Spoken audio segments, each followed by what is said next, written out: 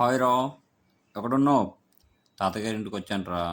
Okay, next Monday మన team project గురించి మాట్లాడడానికి కలవాలి ఒకసారి.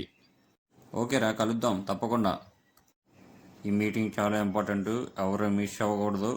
మన వాట్సాప్ గ్రూప్లో మన టీం అందరికీ డిజిటల్ అగ్రిమెంట్స్ పంపించాను, అందరూ సైన్ చేయండి, వేల ముద్రలు వేయండి.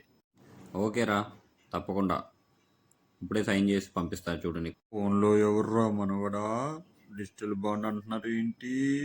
అదా, ఫ్రెండ్ కాల్ చేశాడు తాత. అందరం కలిసి ఒక ప్రాజెక్ట్ చేస్తున్నాము, దాని గురించి డిస్కస్ చేయడానికి కలుద్దాం అన్నాడు.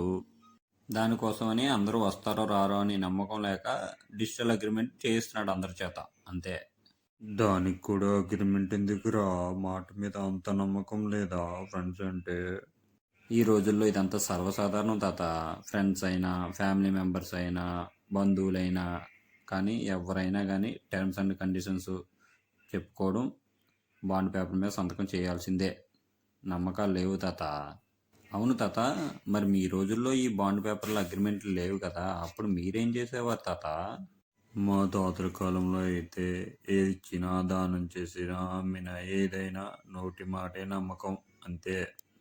మా నాన్నల కాలంలోకి వచ్చేసరికి నమ్మకం తగ్గిపోయింది. మా కాలం వచ్చేసరికి ఇప్పుడు ఇంకా తగ్గిపోయిందన్నమాట నమ్మకం.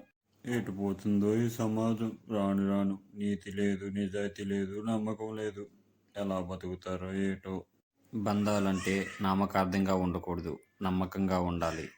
ప్రతి ఒక్కరూ ఎవరి బాధ్యత వారు సక్రమంగా నిజాయితీగా నిర్వర్తిస్తే, అలా ప్రతి ఒక్కరూ చేస్తే కుటుంబం బాగుంటుంది, కుటుంబం బాగుంటే ఊరు బాగుంటుంది, ఊరు బాగుంటే రాష్ట్రం బాగుంటుంది.